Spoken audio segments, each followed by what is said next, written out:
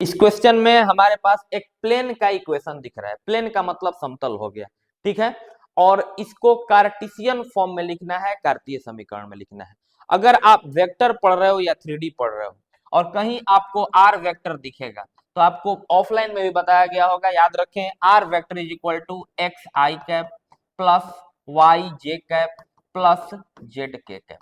कभी भी are vector के जगह पे अगर कंपोनेंट में लिखना होगा तो x I cap plus Y J cap plus Z K cap. यहाँ पर इसका कार्टेशियन फॉर्म लिखना है, आर वेक्टर के जगह पे लिख दीजिए x I cap plus Y J cap plus Z K cap.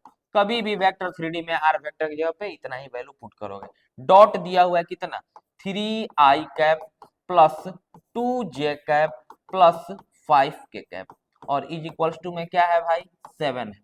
अब आपको डॉट प्रोडक्ट तो आता ही आता होगा, वेक्टर में डॉट प्रोडक्ट बताया गया है, आई में आई से कर दो, जे में जे से कर दो, के में के से कर दो। डिटेल में क्या होता है, सब में सबसे होता है लेकिन जीरो हो जाता है।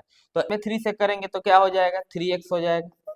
आई डॉट आई कितना होता है 1, याद रखें वेक्टर में I cap dot I cap 1, J cap dot J cap 1 and K cap dot K cap 1। तो आई डॉट आई 1 हो गया प्लस y में 2 से करोगे 2y हो जाएगा, जे कैप डॉट जे कैप 1 हो गया प्लस z में 5 से करोगे 5z हो जाएगा, k dot k 1 is equals to 7। This is the Cartesian